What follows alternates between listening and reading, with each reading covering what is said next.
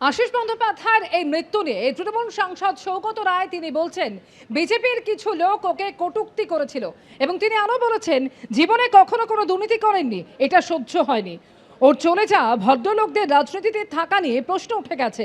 BJP ভালো লোকদের target করে অপমান করছে, মারধর করছে, এভাবেই আক্রমণ করেছেন সৌগত রায়। আশিসকে একদম ছোট থেকে আমি চিনতাম, একদম পরিষ্কার জীবনযাত্রা, পরিষ্কার রাজনৈতিক জীবন। আমি যেটা শুনেছি বিজেপির কিছু লোক ওর সম্বন্ধে কটূক্তি করেছে। সেন্সিটিভ লোক ছিল, জীবনে কোনো গণ্ডগোল করেনি, কোনো দুর্নীতি করেনি, কাউকে গালাগাল দেয়নি, কাউকে মারেনি।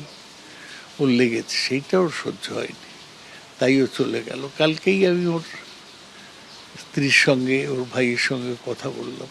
ওর চলে যাওয়া ভদ্রলোকদের রাজনীতিতে থাকা নিয়ে একটা প্রশ্ন চিহ্ন তুলে দিয়েছে। ও তো বলে গেছে না যে কারোর রাজনীতিতে আসা উচিত নয় পরিবারের।